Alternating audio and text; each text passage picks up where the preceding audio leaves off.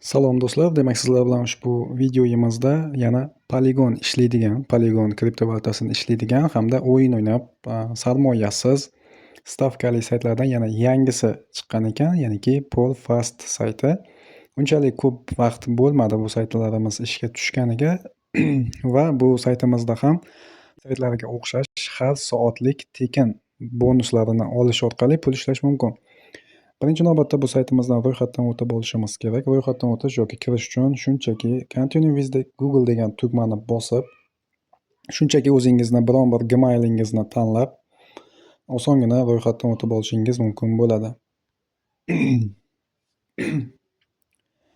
Xo'p, hisobimizga kirib oldik. Bunda ham deyarli bir xil Tron Peak sayti bilan, Tron Kong sayti bilan, xullas Kong saytlar hamda Peak saytlari bilan bir xil. Shunchaki bu fast saytlari desak ham bo'ladi.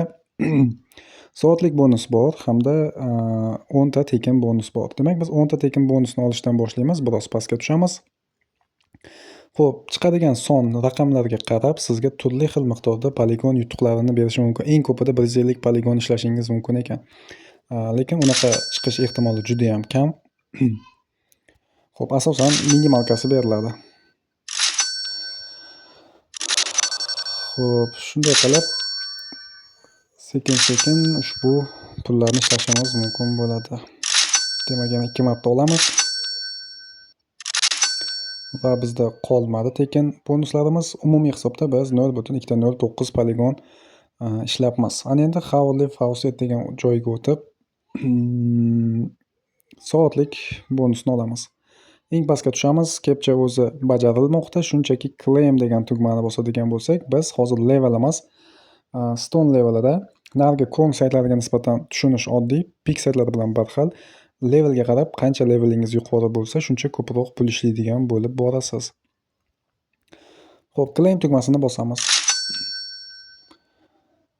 Va biz eng minimum 3.05 poligon ishlar ekanmiz ushbu saytimizda. Endi levelni oshiradigan bo'lsak, biz ushbu saytimizdan maksimal qancha pul ishlashimiz mumkin bo'ladi. Shuni hisoblab ko'ramiz. Agar nazariy jihatdan master levelga ko'tariladigan bo'lsa, soatiga 20 poligon ishlaydigan bo'lsak, biz 24 soatda 480 poligon ishlar ekanmiz. Xo'p, 480 poligonimiz, poligonimizning narxi salkam 10 sentga teng. Shunda 480 ni 10 ga bo'ladigan bo'lsak, $48. Demak, biz $48 pul ishlashimiz mumkin ekan agar master leveliga chiqadigan bo'lsak, lekin master leveliga chiqish, diamond leveli, platinum levellari biroz murakkab. Shuning uchun biz gold hamda silver levellarini hisoblab ko'ramiz. Misol uchun, silver levelni hisoblab ko'raylik. 2.06 poligon bo'ladigan bo'lsa, kalkulyatordan ko'ramiz. 2.06, buni ko'paytiramiz 24 soatga va buni ko'paytiramiz 0.1 deylik. Kuniga 1.5 sent yoki 1 sent atrofida pul ishlashimiz mumkin ekan agar silver levelida bo'ladigan bo'lsak. Agar biz gold leveliga chiqadigan bo'lsak, 0.075 poligon ishlar ekanmiz. 0.075. Buni ko'paytiramiz 24 soatga va buni ko'paytiramiz 0.1 ga. Taxminan 15 sent ishlashimiz mumkin ekan bir kunda. Xo'p, bu saytlarimizdan ham 6 ta sayt bor ekan, fast saytlardan. Har biri haqida alohida video tayyorlab chiqaraman va buni ham Peak saytlarini qilgan jadvalimiz ko'rinishida, ya'niki silver levelda hamda gold levelda bir kunda qancha pul ishlashimiz mumkin hisob-kitob qilib ko'ramiz. Endi bu saytimizda ham menuni ochib olamiz. Ya'niki levelni oshirishimiz uchun biz o'yinlar o'ynashimiz kerak. O'yin o'ynash uchun ushbu joyda multiplay degan bo'limga kiramiz. Ushbu joyda o'yinlar mavjud. Xo'p, spin game, games o'yini bu boshqa saytlarimizda ham bor. Roulette ham bor. Mines o'yini hamda dice o'yini ham bor.